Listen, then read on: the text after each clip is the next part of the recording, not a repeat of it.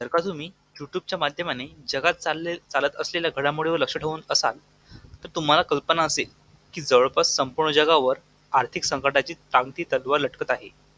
आता हे सर्व काय आहे? आर्थिक संकटाचा आपल्या जीवनावर काय फरक पडू शकतो? अशा विविध गोष्टी आपण आज इथे जाणून घेणार आहोत.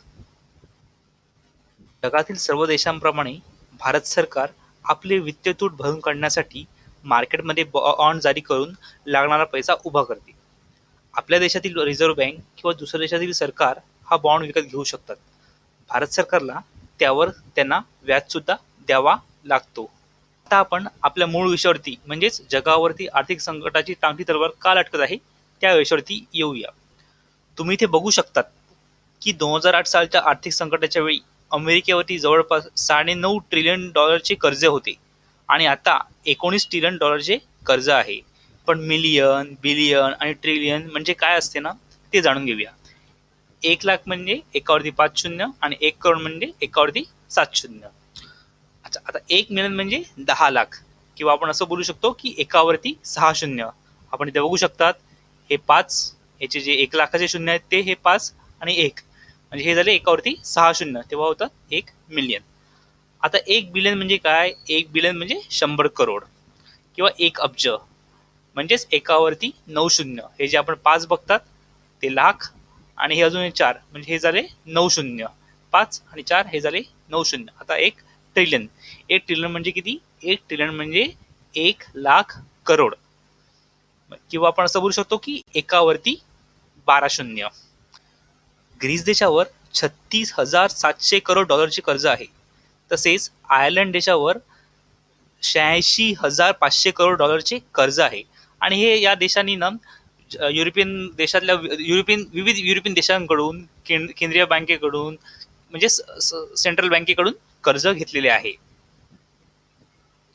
स्पेन व इटली देशावर प्रत्येकी 1,1 लाख करोड कर्ज आहे. या दोन्ही देशांनी सुद्धा दुसऱ्या युरोपियन देशांकडून मोठ्या प्रमाणात कर्ज घेतले आहे. मोठ्या प्रमाणात कर्ज दिल्यामुळे ब्रिटन, फ्रान्स आणि जर्मनी देशाच्या अर्थव्यवस्थेवर वाईट परिणाम झाला आहे. आता बघा, इटलीने स्पेनकडून $4,100 घेतले आहे व स्पेनने इटलीकडून $2,700 घेतले आहे. अशा प्रकारे जवळपास जगातील सर्वच देशांनी दुसऱ्या देशांकडून, स्वतःच्या केंद्रीय बँकेकडून आणि जागतिक बँकेसारख्या विविध संस्थेकडून मोठ्या प्रमाणात कर्ज घेतले आहे. आपण इथे डेट टू जीडीपी या तक्त्यात ती माहिती बघू शकतात.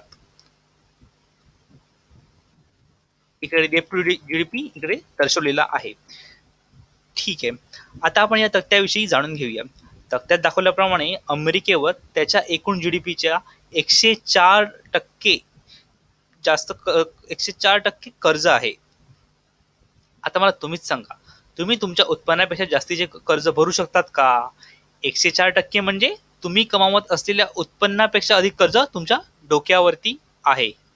समजा तुमचे वार्षिक उत्पन्न किंवा इन्कम 5 लाख आहे आणि तुमच्या डोक्यावरती 5.5 लाखाचे कर्ज आहे आणि आपण असे समजूया की तुमचा वार्षिक खर्च 3 लाख रुपये आहे. याचाच अर्थ दरवर्षी तुमचे 2 लाख रुपये वाचतात, पण तुमच्या डोक्यावरती मात्र 5.5 लाखाचे कर्ज आहे. मग हे जास्तीचे कर्ज फेडण्यासाठी तुम्ही काय करणार? नवीन कर्ज घेणार, बरोबर ना? मग आता तुम्हीच सांगा, तुम्ही कर्जमुक्त होणार का?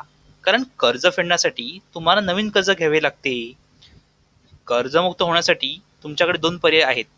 ज्याने तुम्हाला कर्ज दिले आहे तो जर का बोलला की तुम्ही कर्ज नाही भरले तरी चालेल, तर तुम्ही कर्जमुक्त होऊ शकतात, किंवा तुम्ही कर्ज भरण्यास नकार दिल्यावर तुम्ही कर्जमुक्त होऊ शकतात. या दोन्ही परिस्थितीत कर्जदारावर संकट येऊ शकते. आता आपण आपल्या विषयाबद्दल बोलूया. जगातील जवळपास सर्वच देशांनी छोट्या मोठ्या प्रमाणात एकमेकांकडून कर्ज घेतले असल्याकारणाने कुठल्याही एका देशाने कर्ज भरण्यास नकार दिल्यावर सर्व जगावर आर्थिक संकट येऊ शकते. आपण इथे फक्त कर्जाबद्दल बोलत आहोत, कर्जावरील व्याजाबद्दल नाही. व्याजदर जास्त असल्यावर कर्जदाराला त्याच्या कर्जावर जास्त व्याज द्यावं लागणार, बरोबर ना? ज्या देशावरती जास्त कर्ज आहे त्या देशात कमी व्याजदर आहेत. आपण इथे बघू शकता युनायटेड स्टेट्सवर किती व्याजदर आहे, चायना बिनामध्ये किती व्याजदर आहे आणि भारतात किती व्याजदर आहे. भारतात किती व्याजदर आहे हे तुम्हाला इकडे खालती असे भेटेल. भारतात काहीतरी 6.5 हा व्याजदर आहे. हा बघा इकडे 6.5 हा व्याजदर आहेत. असो, आपण आपण परत आपल्या या तक्त्यावरती येऊया. जगातील प्रमुख देशावरती किती कर्ज आहे ते या इथे दाखवलेले आहे. आपण इथे बघू शकतात की जपानवरती जवळपास 230% त्याच्या जीडीपीच्या कर्ज आहे. बघा जीडीपीच्या किती टक्के कर्ज आहे, तर ते जपानवरती 230% जीडीपीच्या कर्ज आहे. आणि भारतावरती किती आहे, तर जवळपास 67.20चं कर्ज. आणि हा डेटा कधीच आहे, डिसेंबर 2015 सालाचा डेटा आहे.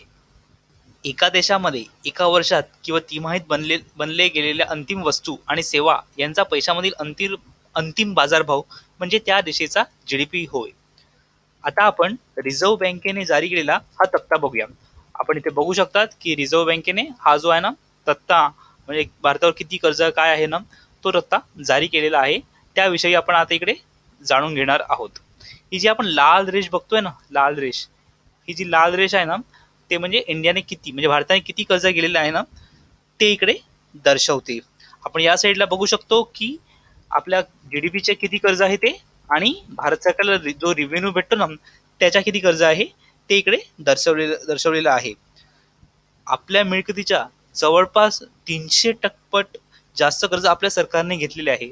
ऍक्च्युली तसं बघितलं हे 325 येते, म्हणजे 2012 साली जवळपास 325 पट कर्ज आपल्या डोक्यावरती आहे.